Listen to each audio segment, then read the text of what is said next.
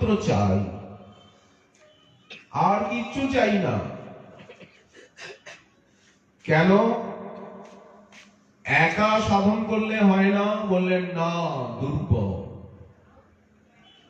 যদি আপনাদের সঙ্গ আমরা না পাই, আপনাদের দর্শন স্পর্শন, আপনাদের চরণামৃত অধরামৃত সঙ্গামৃত যদি না পাই, কিরকম দুর্বল বলে মনে হয়। একদিন যদি হরিকথা না হয়, সংকীর্তনে নাচা না যায়, ঠাকুরের সেবা না করা যায়, হরিনাম না করা যায়, চিন্তন না করা যায়, তাহলে দুর্বল লাগে। সাধন ভক্তির অনুশীলনের অভাবে কষ্ট হয় কি না আপনাদের? একদিন যদি সংখ্যানাম জপ না হয়, খালি বকবক করলে তো হবে না। ধর্ম, পরম ধর্ম ভাষণের উপরে দাঁড়িয়ে নেই, দাঁড়িয়ে আছে আচরণের উপরে। আচারই পরম ধর্ম, আচরণই পরম ধর্ম। আগে তো আস্বাদন, পরে তো উদ্গার, পরে তো বিতরণ। যদি সেই ভক্তি প্রেম নিজের জীবনে লাভ না হয়,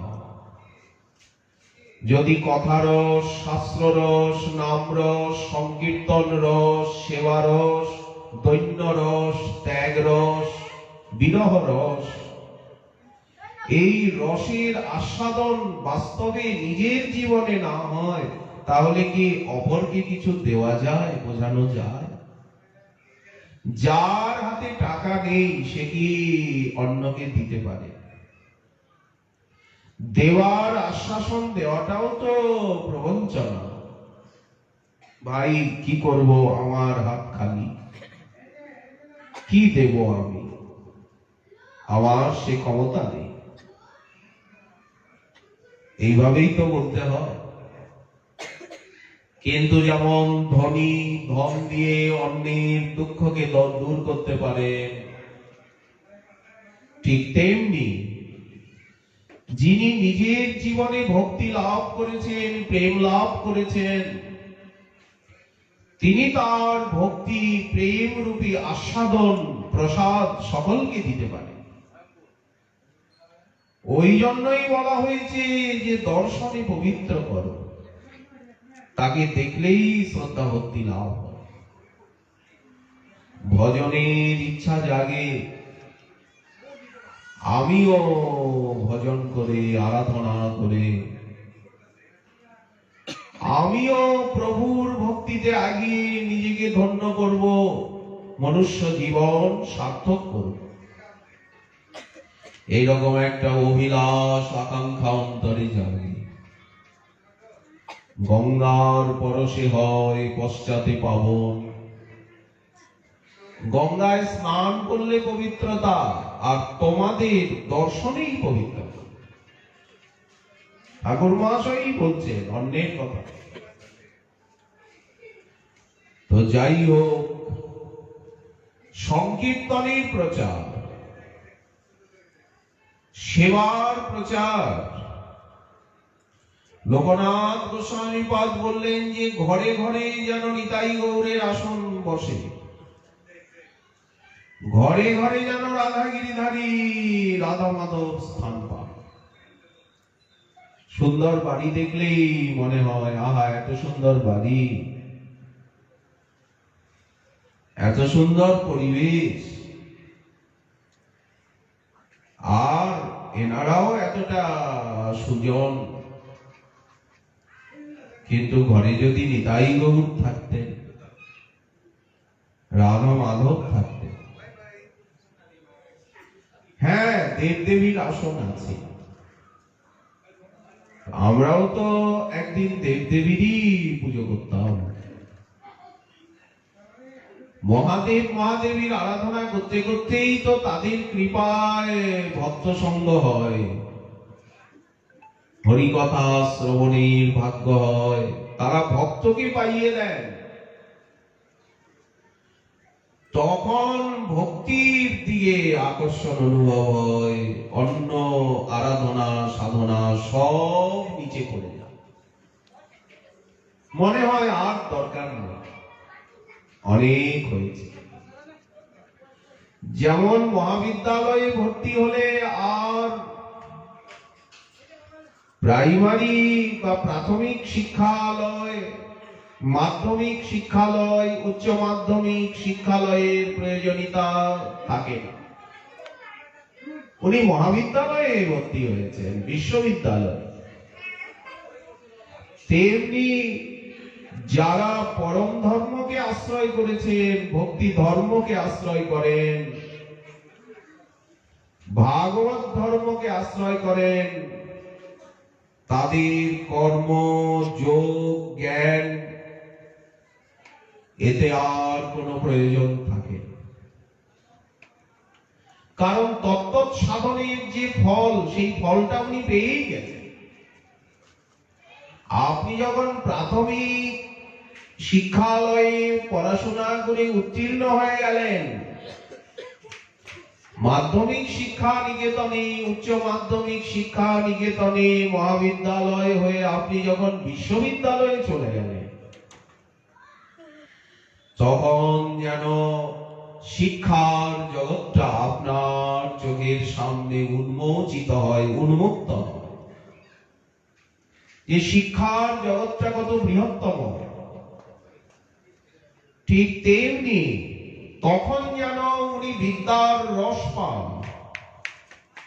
ঠিক তেমনি আমরা কর্ম করতে করতে, ভালো কাজ করতে করতে, দেব দেবীর আরাধনা করতে করতে,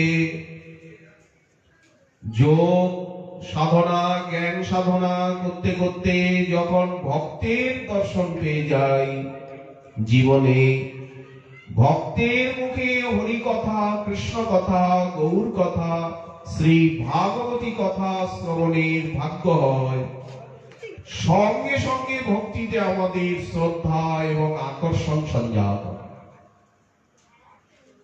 তখন হরিনাম হরি কথায় রুচি এসে যায়, আর কিচ্ছু ভালো লাগে না। হরিনাম হরি কথা এবং হরি সেবা ছাড়া উনি কোনো দিকেই তাকাতে চান না, কিছু বুঝতে চান না, কিছু শুনতে চান না। এইরকম একটা মনোরম মানসিক অবস্থার সৃষ্টি হয় জীবনে। তখন উনি সম্প্রদায় আশ্রয় পূর্বক, সাধনাকে আশ্রয় পূর্বক সাধক হয়ে যান। সাধনা করতে করতে ওনার জীবনে সেই সমস্ত পরিস্থিতির ভিতর দিয়ে এগোতে হয়, যে সমস্ত পরিস্থিতির ভিতর দিয়ে চিরকাল ভক্তগণ এগিয়ে গেছে, প্রত্যেককে এগোতে হবে। তখনই ওনার গৌরাঙ্গ বলতে দেহ পুলকিত হয়, হরে কৃষ্ণ বলতে নয়নে জল আসে,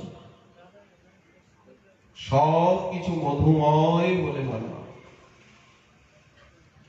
সকলের কাছে যেন উনি কত অপরাধী, সবার কাছে কৃতাঞ্জলি, সকলের সেবা করতে চান, সকলকে সুখ দিতে চান, সকলকে সম্মান করতে চান, পরের দুঃখে দুঃখী, পরের সুখে সুখী হয়ে যান।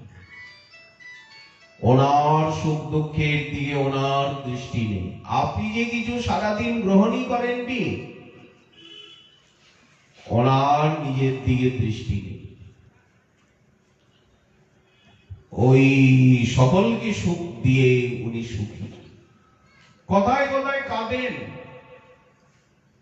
সব সময় ধীর স্থির শান্ত সমাহিত অন্তর্মুখ। এই জগতে কিছুই উনি নিতেও চান না, বুঝতেও চান না। এই জগতের থেকে তিনি সম্পূর্ণ আলাদা হয়ে যান। একমাত্র ওনার অবস্থা উনি বোঝেন, অন্য কেউ বুঝতে পারে না। এই ভক্তি, এই প্রেমা যার মনে, তার বিক্রম সেই জানে, যেন বিষামৃতে একত্রে মিলন, কখনো যেন বিষের জ্বালা, কখনো অমৃতের আস্বাদন, কখনো হাসেন, কখনো কাঁদেন, কখনো নাচেন, অপূর্ব এক অত্যদ্ভুত আনন্দের সাগরে ওনার দেহ মন প্রাণ ডুবে যায়।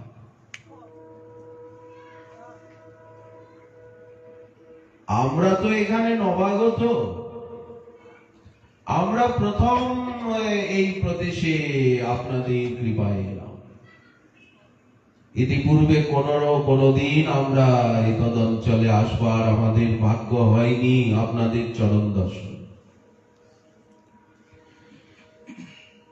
কি ভাগ্য, কি কৃপা, কি আপনাদের স্নেহ মমতা আশীর্বাদ। ফুটবলটা লাথি খেয়ে যেমন ওই পুকুরের ভিতরে পড়ে, ওই বেলগাছের উপরে গিয়ে কাটায় আটকে যায় ফুটবলটা বাবলা গাছের উপরে, বা পাঁচিলের ওপারে গিয়ে পুকুরের ভিতরে পড়ে গেছে, হয় না ফুটবল বলগুলোর এই দুর্দশা হয়। তেমনি আমাদের কর্ম, আমাদের ভাগ্য টেনে আমাদিগকে আসামে দিয়েছে, আপনাদের চরণে এনে ফেলেছে। এখন আপনারাই আমাদের রক্ষক, পালক, পোষক, অভিভাবক। আমরা কোনো আবেষ্টনীর ভিতরে সীমিত নই, আমরা আপনাদের কৃপার প্রত্যাশী, স্নেহ ভালোবাসার প্রত্যাশী। আমরা এখানে হাওয়া বাতাস ভেদাভেদ গণ্ডি কিছুই জানি না, কিছুই বুঝি না, কাউকেই চিনি। এবং আমরা আধুনিকতার থেকে অনেকটা দূরে পিছিয়ে আছি শিক্ষায়, আধুনিকতা পাশ্চাত্যের আদব কায়দার থেকে। সেসব দুঃখের কথা আমি আমার দুঃখ ব্যথা বেদনার কথা বলে আপনাদের দুর্লভ সময় নষ্ট করতে চাই না। শাস্ত্রে এই যে ইতিপূর্বে বলা হলো শুদ্ধ ভক্তির যে লক্ষণ, আমরা এখানে মনোরঞ্জন সাহা মহোদয়ের গৃহে ভিক্ষার্থী হই, ওনার দরজায় আমরা অন্নার্থী ভিক্ষার্থী হই, এরকম সকলের দরজাতেই হই, আপনার দরজায়ও হব। আপনি যদি আপনার গৃহে নিমন্ত্রণ করেন, নাইবা ডাকেন, তথাপি আমরা সারাদিন রাত ঘুরেই বেড়াই, টোটো কোম্পানি, পায়ের তলায় চাপা। আমাদের আপন পর, অন্তরে কোনো ভেদভাব নেই। এইভাবেই আমাদের শিক্ষা প্রশিক্ষণ। তো আমরা এখানে এসে পরম মাননীয় শ্রদ্ধা ভাজন বয়োজ্যেষ্ঠ শ্রী মনোরঞ্জন সাহা মহোদয় অতিথি হই, তো ওনার দেখি কথায় কথায় চোখের জল, ওনার দেখি দৈন্য ভাব। সকলকে কি করে সুখ দেবেন? ভোর 4টে থেকে উঠে উনি নগ্ন চরণে সামান্য পাতলা ধুতি পরে একটা জামা পরে ঘুরছেন। সব সময় আমাদের পিছনে পিছনে ব্যবসা বাণিজ্য ওনার সব মাথায় লাটে উঠেছে। ওনার চোখে জল দেখছি, পরম সেবাভাব, বিনম্রতা, আপনারই হীনজ্ঞান, অযোগ্যতা বুদ্ধি, ইহাতেই প্রেম, ইহাতেই সর্বসিদ্ধি। নিজেকে শ্রেষ্ঠ ভাবলে তো কিছু পাওয়া যায় না। বর্ষার জল সেই জায়গায় দাঁড়ায় যে জায়গাটা নিচু, পুকুরে ডোবায়, নদী নালা।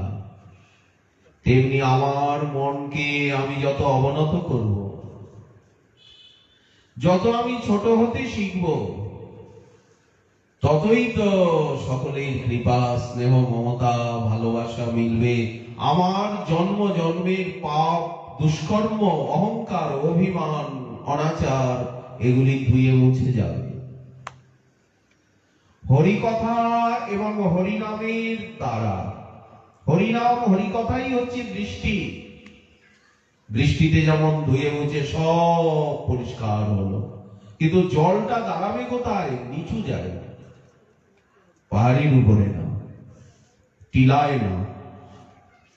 ঠিক তেমনি যতটা আমরা বিনম্র হব, সহিষ্ণু হব, এই জন্যই তো মহাপ্রভু কেবল হরিনাম দেননি, আমাদেরকে কেবল ভজন সাধনের কথাই জানালেন তা নয়, কেবল ভাগবত হাতে তুলে দিলেন তা নয়, চারিত্রিক সুষমার দিকেও দৃষ্টিপাত করতে বললেন।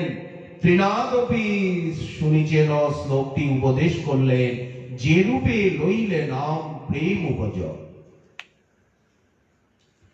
ঊর্ধ্ববাহু করি কহি শুনো সর্বলোক, নাম সূত্রে গাথি মালা পর এই শ্লোক।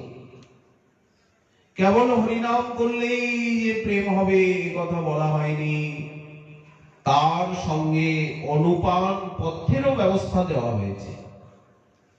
চিকিৎসক মহোদয় বললেন, দেখুন ওষুধটা তো আপনি সেবন করবেন, কিন্তু এর সঙ্গে উপযুক্ত পথ্য এবং পরহেজ, যেটা কুপথ্য সেটাকে আপনাকে ত্যাগ করতে হবে, তা না হলে ওষুধ কাজ করলেও স্থায়ী কাজ করবে না। তেমনি ভক্তি জগতে সেবাপরাধ, নামাপরাধ, বৈষ্ণবপরাধ, ধামাপরাধ আদি, অহংকার, অভিমান, অসৎসঙ্গ, অসৎ জ্ঞান এগুলিকে ত্যাগ করতে বলা হয়েছে। গ্রহণীয় বিধি, বর্জনীয় বিধি, এইভাবে দ্বিবিধ বিধির সমাহার রয়েছে, সর্বত্রই আছে। তো যাই হোক, আমরা মনোরঞ্জন বাবুকে শুদ্ধ ভক্ত রূপে পেয়ে আমরা নিজেকে ধন্য কৃতার্থ বলে মনে করছি, তা না হলে এখানে থাকতে কষ্ট হতো। ভক্ত সঙ্গ না পেলে কার সঙ্গে কথা বলা যায়, কার ঘরে ওঠা যায়, কোন গৃহে যাওয়া যায়? ইতিপূর্বে কেউ বললেন যে এনারা 1 লক্ষ হরিনাম করেন, নিষ্ঠার সঙ্গে সমস্ত ব্রত নির্জলা করে। কথাটা শুনে কত ভালো লাগে। হায়, আমি তো নির্জলা ব্রত করতে পারছি না, চেষ্টাও তো করতে পারছি না, উনি সাধন করছেন, উনি আমার কাছে পরম মাননীয়, বন্দনীয়, তার নই দাস, সবে মিলি কর দয়া, আমি অতি মন্দ। এখানে অনেক বয়োবৃদ্ধগণ রয়েছেন, আমি সকলের নাম জানি না, নবাগত, একেবারেই অপরিচিত। এখানে বাবাজি মহারাজ রয়েছেন, এখানে জৈন সাহেব রয়েছেন, উনি দেবর্ষি নারদ কে, ভক্তি রসের আদি আচার্য, আদি গুরু দেবর্ষি নারদকেই উনি গুরু মানেন। এই কথা কতখানি ভালো লাগলো এই কথা শুনে। এখানে অনেক আমার, সকলেই আমার পূজ্য, সকলকেই পূজ্য দৃষ্টিতে, শ্রেষ্ঠ দৃষ্টিতে দেখতেই মহাপ্রভু আদেশ করেছে, তা না হলে ত্রিনাথপি শ্লোকের যাজন হবে না, বৃক্ষের মতো সহিষ্ণু হওয়া যাবে না। আর এই শ্লোক যাজন না করলে চোখের জল শুকিয়ে যাবে, বুকটা পাথর হয়ে যাবে। বৈষ্ণবের ঠাই, ভক্তের ঠাই, ভক্তির ঠাই, সদা হব সাবধান, কোন মতে কারো যেন নহে অপমান। আমি যেন কাউকে অপমান না করি, কাউকে ছোট না ভাবি, কাউকে দুঃখ না দিই, কোন মত, পথের, কোন ধর্মের বিরূপ সমালোচনা না করি। সবহু মানপ্রদ আপ অমানি, এই হচ্ছে শ্রীমদ্ ভাগবতের এবং শ্রী গীতার শিক্ষা। সিয়া রামময় সব জগ জানি, করি করু প্রণাম জুড়ি যুগ পানি। ভাগবত এই কথাই বলছে। একেই ভক্তি ধর্ম, প্রেম ধর্ম বলা হয়। সর্বভূতে আছে কৃষ্ণ ইহা জানিয়া কৃষ্ণ পূজা করে অতি প্রাকৃত হই। সর্বভূতে শ্রীকৃষ্ণ আছেন, তিনি বিশ্বম্ভর, তিনি বিশ্বময়, তিনি জীবনাথ। জীবের হৃদয়ে উনি অবস্থান করছেন। এই সমস্ত বেদের রহস্য, শাস্ত্রের রহস্য, ভাগবতের রহস্য না জেনে যে ঠেলাঠেলি গুতগুতি, আমি বড় আমি বড়, নিজে জানে বড় বলে সেই বড় নয়, লোকে জানে বড় বলে সেই বড়। এই যে ভক্তি মার্গ, নম্রতার মার্গ, ভদ্রতার মার্গ, ভক্তি মার্গে যে ভদ্রতা, নম্রতা, পবিত্রতা, যে প্রশান্তি, যে আনন্দ, এই জগতের কিছুতে তা নেই। শ্রী মনোরঞ্জন শাহ মহোদয় তিনি আমাদেরকে শেখাচ্ছেন যে সংসারে শান্তি নেই বাবা, শান্তি নেই। আমি আমার দীর্ঘ জীবনের অনুভব উনি আমাদেরকে দিতে চান। আমরা এসে এখন ওনার শিষ্য হয়ে গেছি, ওনার কাছে শুনছি কি, আমরা ওনাকে কি শোনাবো, যেহেতু উনি একজন কর্মী। ওনার দীর্ঘ বাণিজ্য জীবন, ওনার দীর্ঘ সামাজিক জীবন, সংসার জীবন। আমরা তো সংসারে প্রবেশই করিনি, সংসার জানি না, বিয়ে শাদী করিনি। আমাদের কি অনুভব, ব্যবসা বাণিজ্য করিনি, কিছুই করিনি, সংসারের কিছু অনুভবই নাই। যাদের অনুভবই নাই তারা কি বলবে, কি শেখাবে? ওই জন্য ওনার কাছে থেকে আমরা শিখছি। জৈন সাহেব শেখাবেন, আপনারা শেখাবেন, সবাই শেখাবেন, কীর্তন শোনাবেন, আপনারা আমাদেরকে দয়া করবেন। আমরা শিখতে, বুঝতে, জানতে চাই কিসে আনন্দ পাওয়া যায়। আনন্দের আদান প্রদান, আর কিছু না। আনন্দ, টাকা পয়সা না, আনন্দ, শান্তি। যে শান্তি অর্থে নেই, খাদ্যে নেই। মালা পরে, এই মালা বড় জ্বালা। এইটা ওনারা একটা বিধি করে গেছে যে যে পাঠ করবে সে উঁচু আসনে বসবে,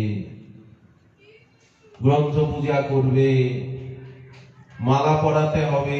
এই বিধি ওনারাই করে গেছেন, পূর্বজরা। মহাপ্রভুই করে গেছে, অদ্বৈত প্রভুই করে গেছে, শ্রীকৃষ্ণই করেছে। উনি নিজের রাষ্ট্রীয় যজ্ঞে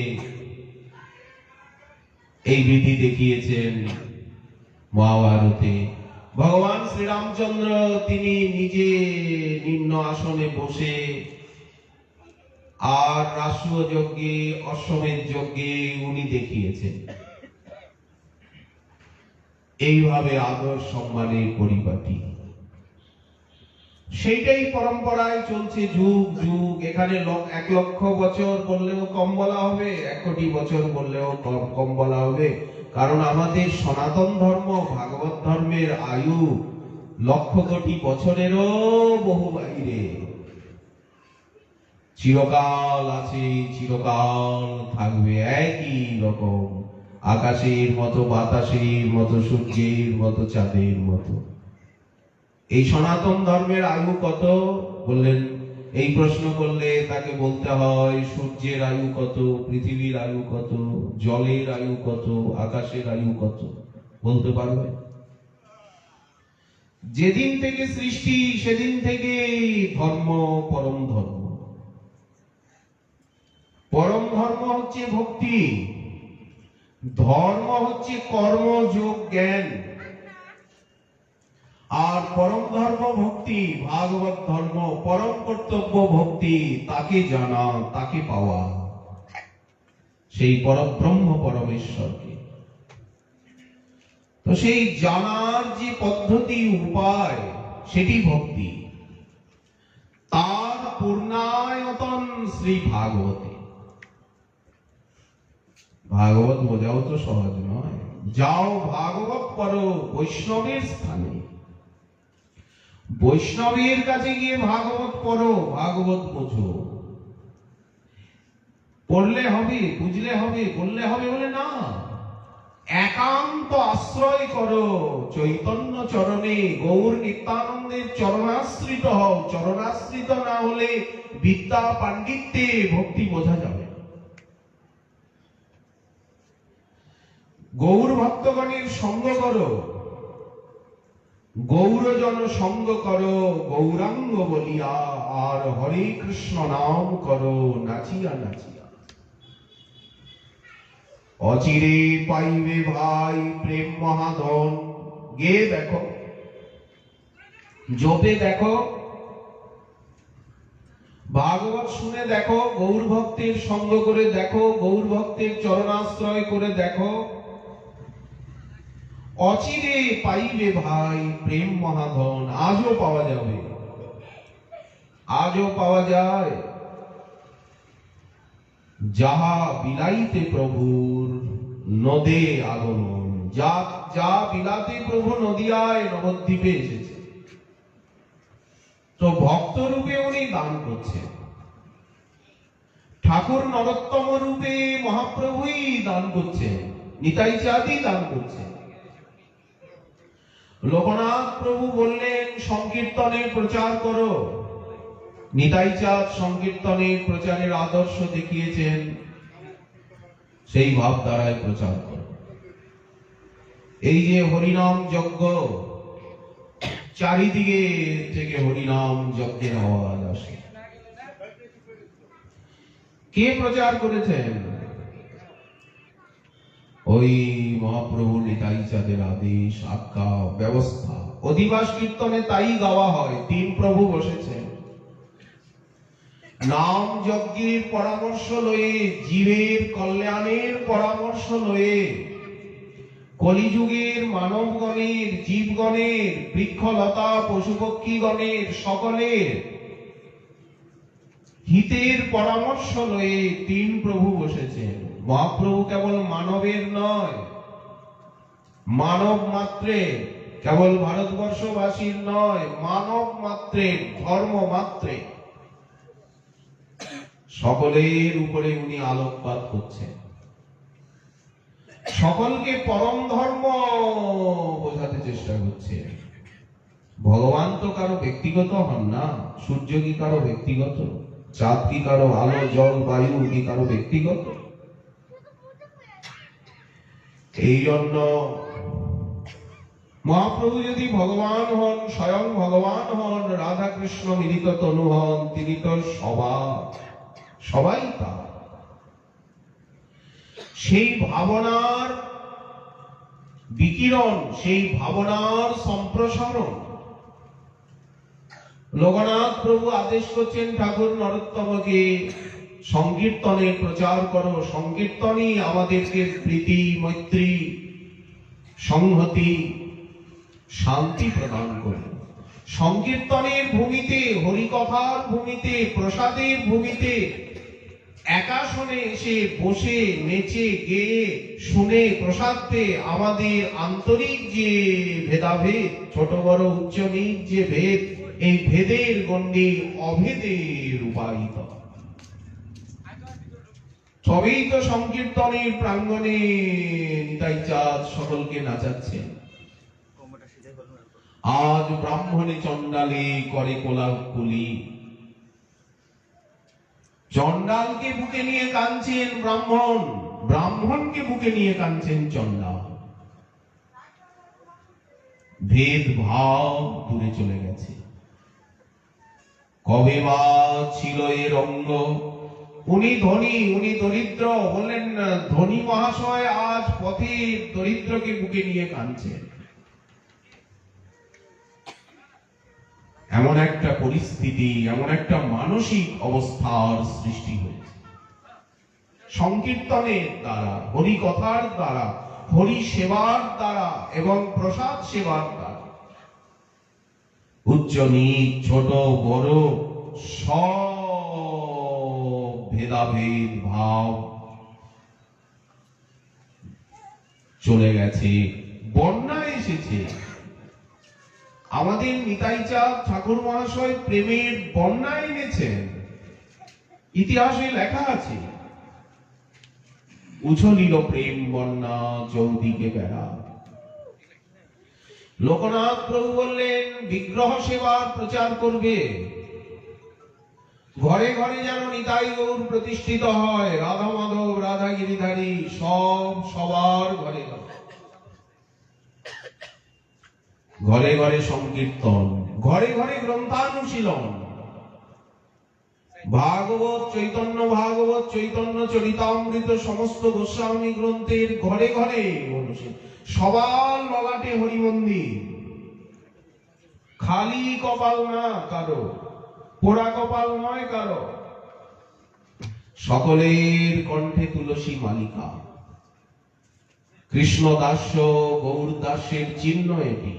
আমি যে দাসানুদাসের দাস, শ্রীকৃষ্ণ চৈতন্য প্রভুর দাসের অনুদাস, তারই চিহ্ন এই ঊর্ধ্বপুণ্ড মালা তিলক। সকলেই সংখ্যাপূর্বক কৃষ্ণ নাম করছেন, কারণ প্রভু কহেন কহিলাম এই মহামন্ত্র সবে গিয়া ঘরে জপ করিয়া নির্বন্ধ। নির্বন্ধ বলতে সংখ্যা।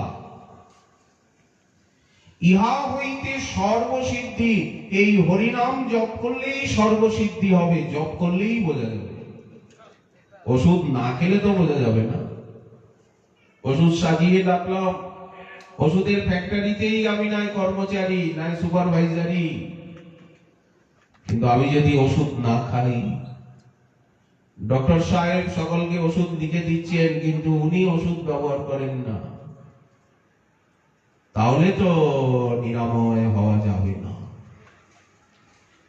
তেমনি মহাপ্রভু আমাদিগকে হরিনাম হরি কথা হরি সেবা রূপী ওষুধ দিয়েছে ভবরোগ দূরে যাওয়ার। সেবার প্রচার, সদাচারীর প্রচার, উশৃঙ্খল জীবনে অসদাচারী জীবনে সেই পরাভক্তি লাভের, ভগবানকে আস্বাদন করার পাওয়ার যোগ্যতা সহসা হয় না। ওই জন্য পবিত্র শান্ত নির্মল জীবন, কৃষ্ণ ভক্ত নিষ্কাম অতএব শান্ত। ভক্ত কত শান্ত, কোনো উত্তেজনা নেই, কথায় বার্তায় চলনে বলনে ব্যবহারে কোনো উৎকটতা নেই, কোনো উত্তেজনা নেই, কোনো রংচং নেই, একেবারে শান্ত সাদাশীত। গৌর ভক্তের লক্ষণ। গৌর ভক্ত তো একেবারেই বিনম্র। এই সদাচারের প্রচার, সেবার প্রচার। ঠাকুর মহাশয়কে গুরুদেব আজ্ঞা দিলেন, উনি খেতুরি ধামকে অবলম্বন করে রাজশাহী জেলা বাংলার তাকে আশ্রয় করে ওখানে প্রেম ভক্তির রাজধানী করে দীর্ঘদিন প্রচার করলেন। সেই যে প্রচারের নির্মল প্রচারের ধারা, সেই ধারা আজও অব্যাহত।